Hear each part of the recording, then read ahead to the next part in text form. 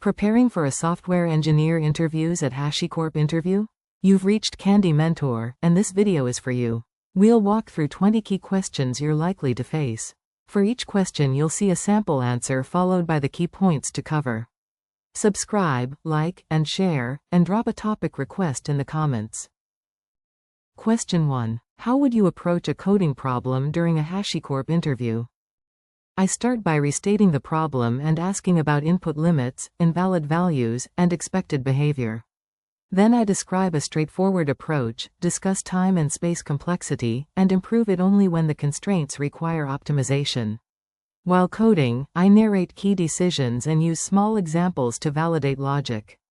Finally, I test empty input, boundary cases, duplicates, and large data. My goal is to demonstrate structured reasoning, not just produce code quickly. While answering, focus on clarifying requirements, explaining assumptions, proposing a simple solution first, analyzing complexity, testing edge cases, and communicating trade-offs rather than silently writing code. Question 2. Why is Go a strong choice for HashiCorp infrastructure products? Go fits infrastructure software because it produces portable, self-contained binaries with predictable performance and fast startup. Its static typing catches many errors early, while Go routines and channels make concurrent network work approachable. The standard library also provides strong support for HTTP, cryptography, testing, and systems programming. I would still use concurrency carefully, define clear ownership, and measure bottlenecks instead of assuming Go automatically makes every workload faster. Make sure to cover Go's portability, straightforward syntax, concurrency model, static typing, efficient compilation, standard library, operational simplicity, and suitability for command line tools and long-running services. Question 3. Explain how Terraform's plan and apply workflow should work. Terraform compares the desired configuration with recorded state and information refreshed from providers. It builds a dependency graph, calculates a proposed change set, and presents that plan before apply executes it. The separation matters because teams can review destructive actions, estimate impact, and enforce approval policies. During apply, Terraform respects dependencies and records resulting resource identifiers.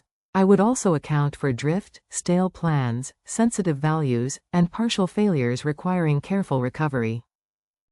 In your answer, talk about desired configuration, current state, provider refresh, dependency graphs, proposed changes, user approval, execution ordering, drift, and why previewing infrastructure changes improves safety.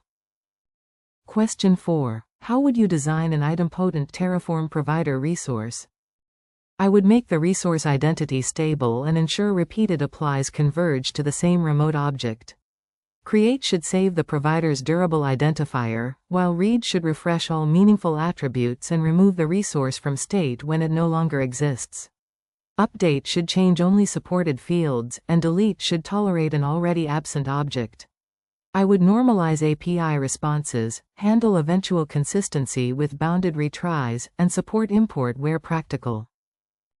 Be sure to mention stable identifiers, create and read behavior, update semantics, deletion handling, normalized values, retriable API responses, eventual consistency, import support, and avoiding duplicate resources. Question 5. How would you handle concurrent updates to Terraform state? I would prevent concurrent writers through backend supported locking, ideally with ownership metadata and a timeout. Before persisting, the client should verify that the state version has not changed, then write atomically. If a lock is stale, operators need a safe, documented force unlock process rather than automatic deletion. I would surface conflicts clearly, preserve backups, and never silently overwrite remote state.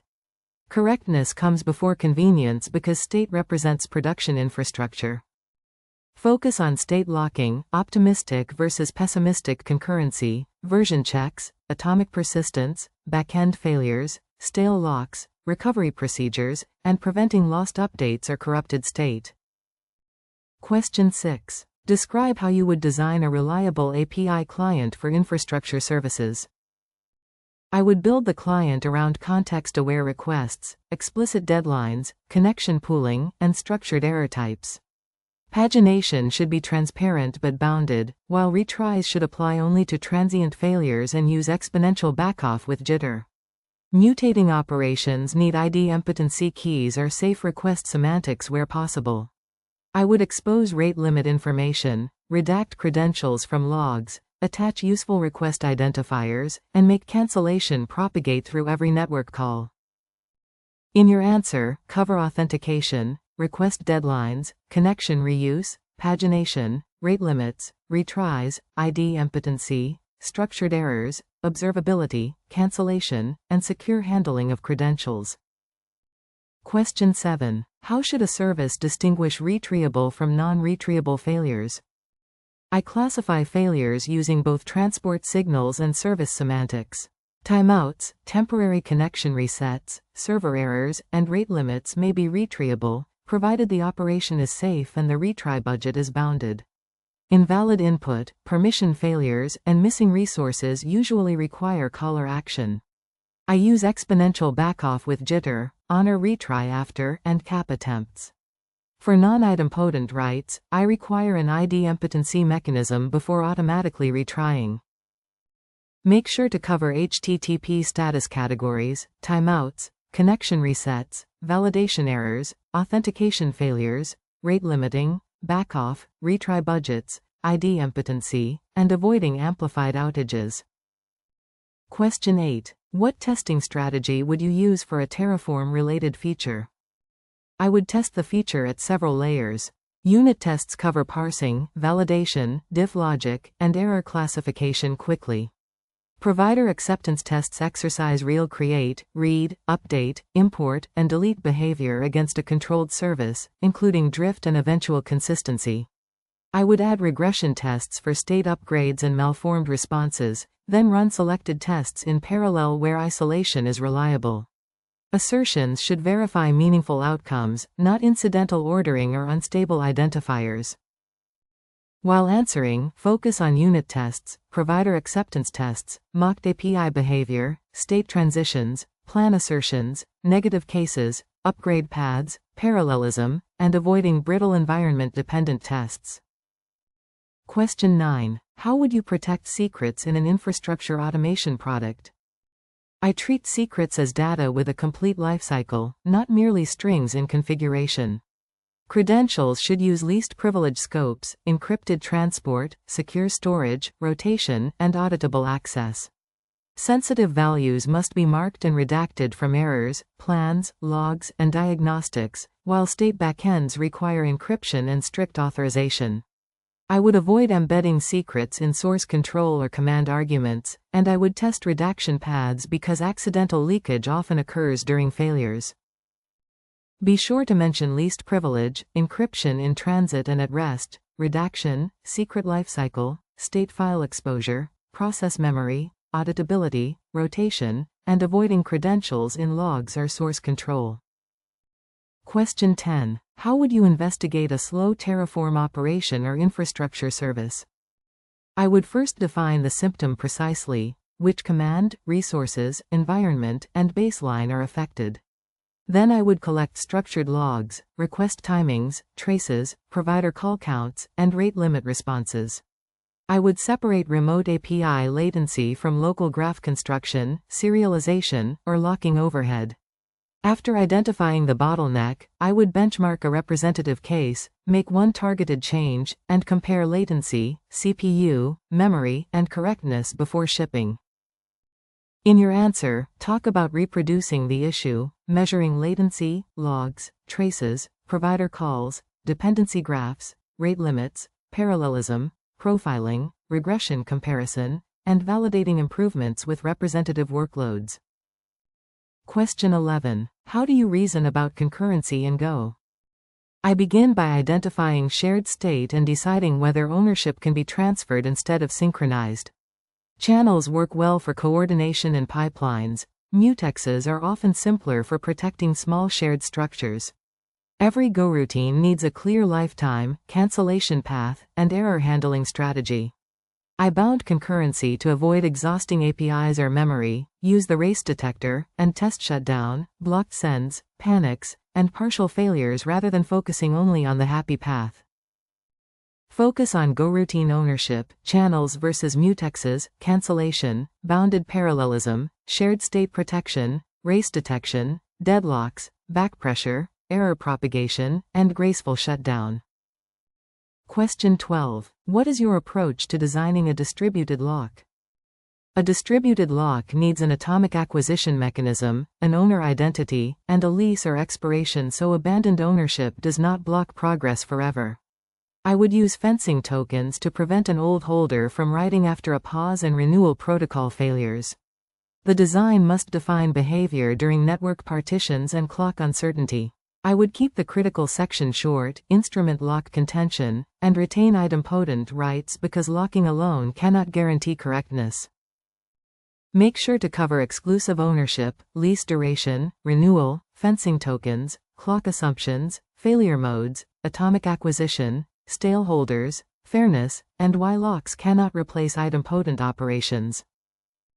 Question 13. How would you handle backward compatibility in a provider or public API? I first identify the compatibility contract, API fields, behavior, schemas, state formats, and error semantics. I prefer additive changes, preserve old defaults, and introduce deprecations with clear timelines. If state must change, I provide deterministic migration and rollback considerations rather than silently rewriting data. I would test old clients against the new service, document behavior changes, and use versioning or feature flags when a breaking change is unavoidable. In your answer, discuss compatibility contracts, additive changes, deprecation periods, state and schema migration, versioning, consumer impact, documentation, feature flags, and testing older clients against newer services. Question 14. Tell me about a time you disagreed with a code review comment. In one review, I disagreed with replacing a simple mutex with a more complex concurrent structure. I first asked what scalability concern motivated the suggestion, then measured contention under a realistic workload. The benchmark showed negligible contention, so I explained why the simpler design reduced maintenance risk and proposed documenting the threshold for revisiting it. I also incorporated the reviewer's observability suggestion. The discussion ended with a better decision, not a personal victory. Be sure to mention listening first, clarifying the underlying concern, separating facts from preferences, using evidence, proposing alternatives, accepting valid feedback, and preserving a respectful team relationship. Question 15. Describe how you would respond to a production incident caused by your change. My first priority would be customer impact and service restoration. I would acknowledge the incident, assess scope using metrics and logs, notify the incident lead, and choose the safest mitigation, such as rollback, disabling a feature, or limiting traffic. I would preserve relevant evidence while avoiding speculative blame. After recovery, I would lead a blameless review covering technical and process causes, then track concrete preventive actions with owners and deadlines. While answering, focus on restoring service quickly, assessing blast radius, communicating clearly, using rollback or mitigation, preserving evidence, avoiding blame, and completing a blameless root cause analysis afterward. Question 16. How would you choose between a map, sorted array, and tree for a feature? I choose the structure from required operations rather than habit. A hash map provides expected constant time lookup, while a sorted array offers excellent cache locality and efficient iteration but makes arbitrary insertion expensive. A tree can support ordered updates and range queries, usually with logarithmic operations, at greater complexity and memory cost. I would consider dataset size, mutation frequency, concurrency, and API guarantees, then benchmark realistic workloads before optimizing. In your answer, compare access patterns, ordering requirements, insertion and deletion costs, memory overhead, workload size, concurrency, cache locality, and practical benchmark results. Question 17. How would you design around eventual consistency in a cloud API? I would model the remote resource as a state machine rather than assuming creation completes immediately. After a mutation, the client can poll with exponential backoff, stop on success or a documented terminal failure, and enforce an overall deadline. Reads should tolerate temporary absence when the API documents propagation delay, but not hide genuine authorization errors. I would expose useful status, preserve idempotency, and make timeout behavior actionable for operators.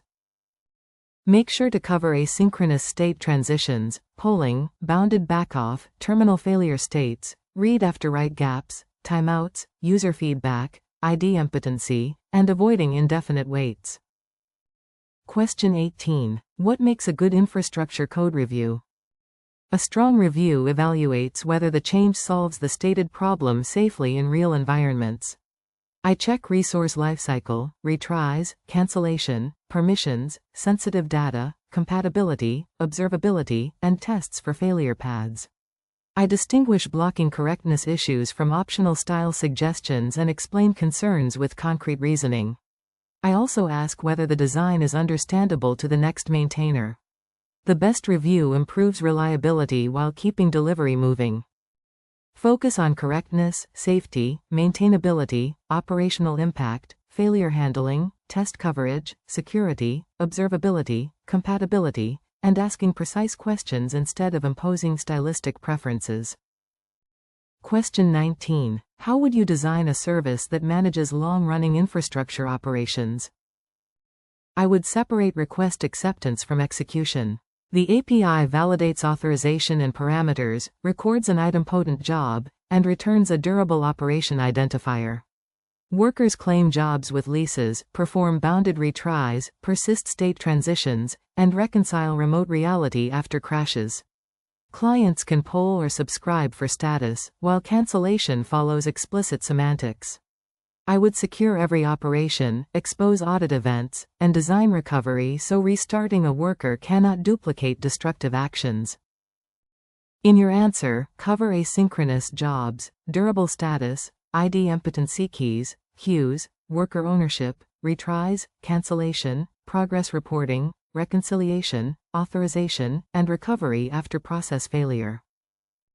Question 20. Why do you want to work as a software engineer at HashiCorp? I am drawn to HashiCorp because its products solve difficult infrastructure problems while improving how developers and operators work together. I enjoy systems engineering where correctness, portability, security, and clear user experience all matter. My experience with Go, APIs, automation, and distributed workflows would let me contribute to reliable product features and provider integrations. I also value open-source collaboration and would bring a pragmatic, test-driven approach to a team serving production environments.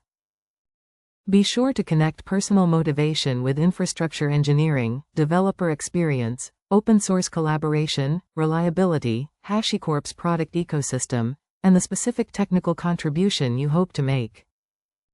If you are still with us, congratulations, you are much ahead of the rest and serious about preparing for your interview. We hope we were able to add value to your preparation and create some helpful content. Do not forget to like and share this video. Your small act can do great things for us.